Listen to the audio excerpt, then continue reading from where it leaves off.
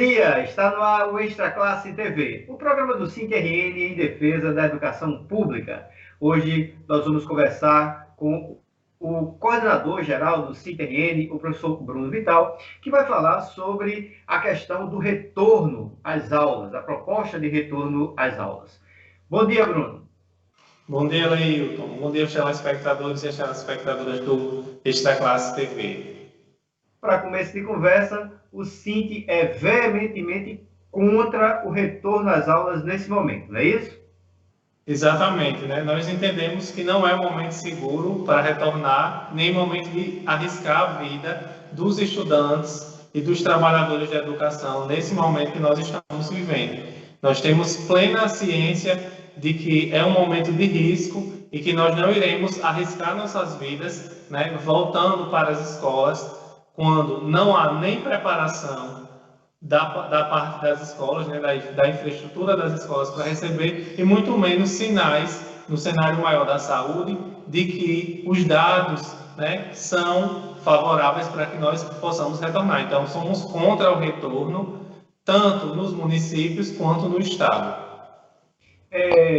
São cerca de 30% da população os alunos. Isso daí, essa quantidade, né, de pessoas de volta à circulação iria ser um risco também para os pais, os avós em casa, não é isso, Bruno? Exatamente, Leilton. Nós, trabalhadores da educação e os estudantes, né, nós representamos quase a totalidade das pessoas que estão em isolamento hoje. No caso do Rio Grande do Norte, nós temos uma taxa de isolamento de cerca de 40%. E nós representamos 30%, como você colocou, da população. Ou seja, praticamente quem está em casa, quem está mantendo isolamento social, são exatamente trabalhadores da educação e estudantes. No momento que toda essa parcela da sociedade, né, começa a voltar às suas atividades, ela vai estar circulando e aí o vírus vai poder tanto contaminar os trabalhadores e estudantes, como também seus parentes que estão em casa. Já que os estudantes e também os profissionais também vão para a escola, e indo para a escola eles podem estar se contaminando e voltam para suas casas, levando a doença para dentro das suas casas, né? E aí a gente pode ver novamente o crescimento da doença, dos dados da doença, apesar do quadro de melhora que nós temos visto nos últimos tempos, aqui no estado especificamente. A gente está falando de um vírus mortal, a gente está falando de algo que está no noticiário e de pessoas próximas a gente, né, que já morreram vítimas desse vírus. A que você atribui, né, essa insistência de se voltar às aulas numa condição tão absurda como essa? Pois é, primeiro dizer que nós já registramos mortes, inclusive, dos trabalhadores da educação. Temos professores, funcionários de escola que têm falecido pelo vírus estando em isolamento, né? O que mostra a gravidade da gente sair do isolamento, porque mesmo no isolamento nós estamos vendo vítimas desse vírus, como que você bem colocou aí, é um vírus fatal, um vírus que, né, não escolhe quem vai contaminar.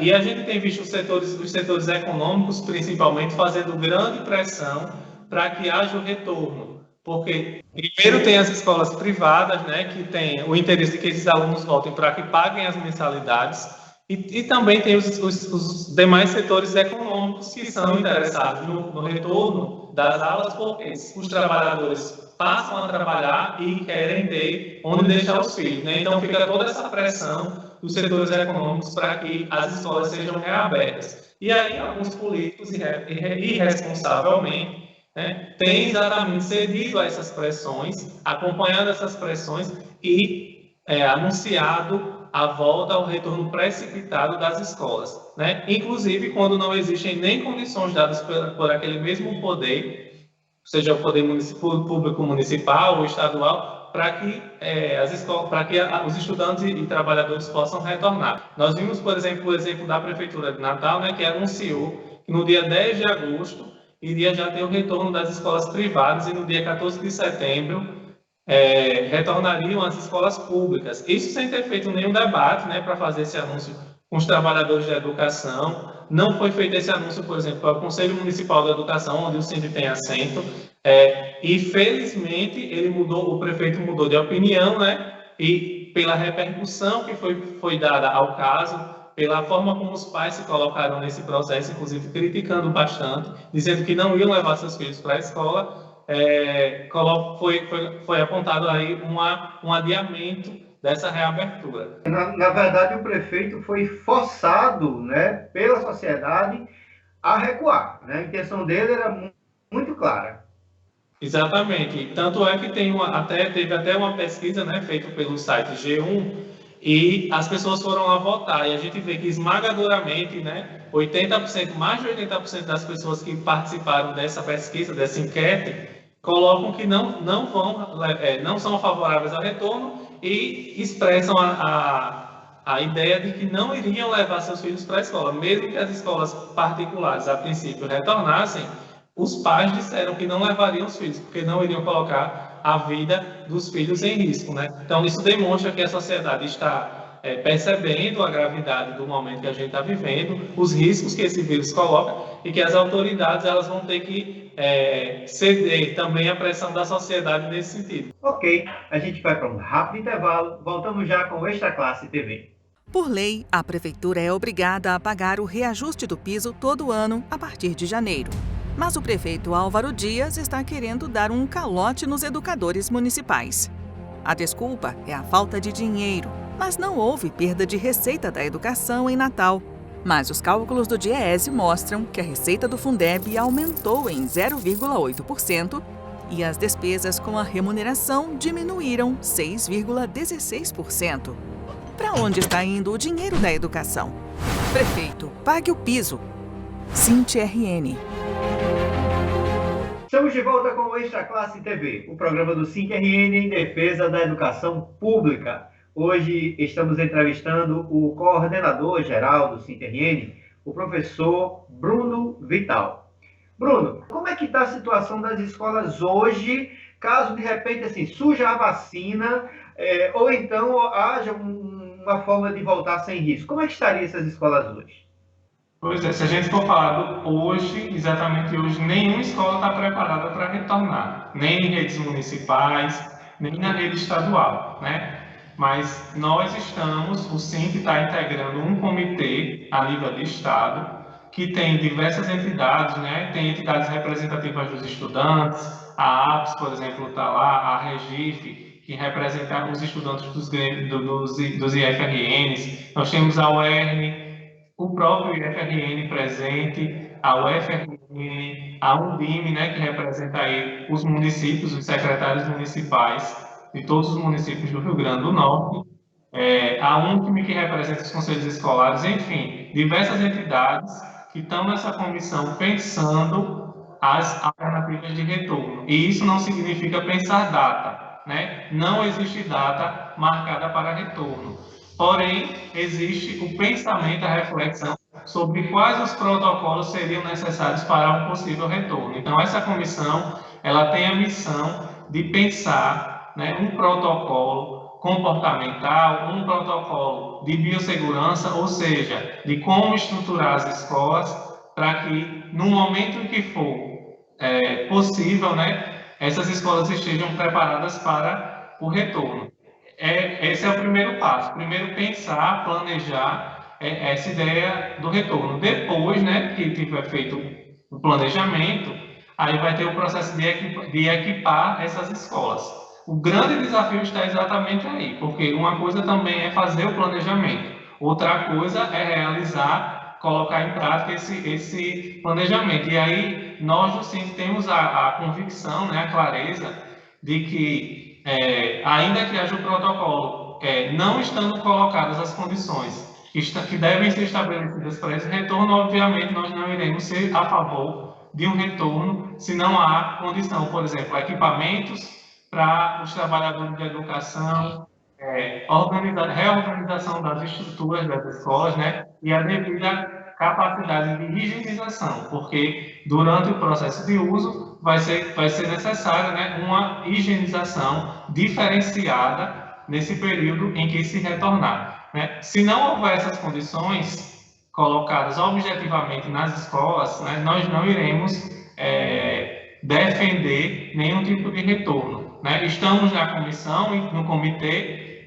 entendemos a importância de se fazer o planejamento, de se refletir sobre as condições, da gente poder acompanhar quais são os pensamentos, quais são as intenções do governo, né? Mas nós só aceitaremos retornar primeiro se as condições de saúde colocadas para toda a sociedade estiverem favoráveis, né? Se a ciência nos orientar de que podemos retornar. Em segundo lugar, se as condições das escolas, né, garantirem a vida dos trabalhadores da educação e dos estudantes, que é o mais importante, né? Então, estamos fazendo esse debate, sempre nos colocando, sempre fazendo a defesa da vida dos trabalhadores da educação, dos estudantes lá nesse comitê e acompanhando como essas discussões vão evoluir. Mas temos clareza de que não há data marcada para retornar. Esse comitê, então, assim, ele tem uma formação, né, de entidades de grande autoridade, né, para discutir sobre isso. Você sabe se quando o prefeito determinou o retorno das aulas, né, que ele acaba de recuar, se esse comitê foi consultado? Não, na verdade, o comitê não foi consultado e não soube. Na verdade, o comitê foi pego de surpresa pela decisão da prefeitura, porque o decreto do governo do estado, né, colocava como data final para um possível retorno das aulas, especificamente, o dia 17 de agosto.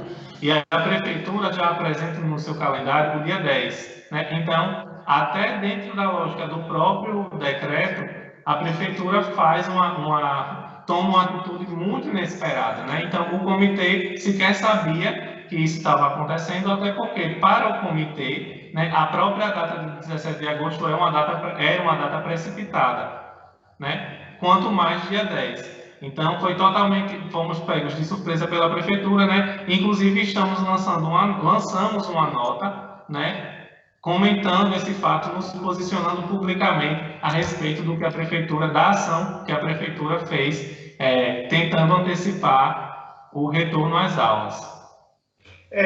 Dentro dessa impossibilidade do retorno às aulas presenciais, se discutiu muito sobre a questão das aulas remotas.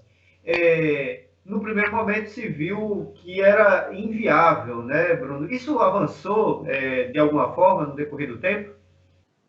Então, o grande problema das aulas remotas continua sendo o mesmo problema de antes. Não se avançou na garantia da infraestrutura para que estudantes, por exemplo, e professores, né, e trabalhadores da educação em geral, pudessem ter acesso às tecnologias da informação e comunicação, à internet, a computador, a tablets, por exemplo, né? Enfim, da mesma forma que aquele grupo de estudantes que não estava tendo aula antes não tinha acesso num período anterior, continua não tendo.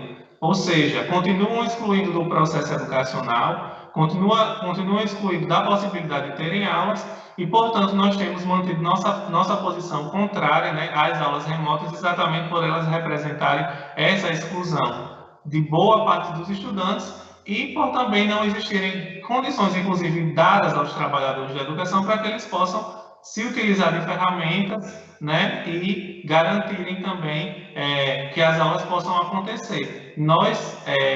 Os trabalhadores que aderiram às aulas remotas, inclusive, eles estão fazendo isso com seus próprios recursos. Não há nenhum recurso extra do Estado ou das prefeituras para que eles possam realizar essas atividades. Então, o custo recai sobre o próprio trabalhador, né? Ao mesmo tempo em que nem todos os estudantes têm o acesso a esses conteúdos, né? Estão realmente prejudicados e estão excluídos do processo educacional.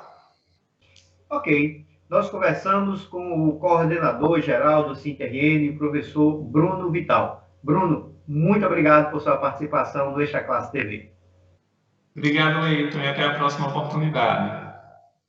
E o programa Extra Classe TV de hoje vai ficando por aqui. Muito obrigado por sua audiência e até o próximo domingo com mais um programa do SINT-RN em defesa da educação pública. E nunca é demais lembrar, se puder, fique em casa.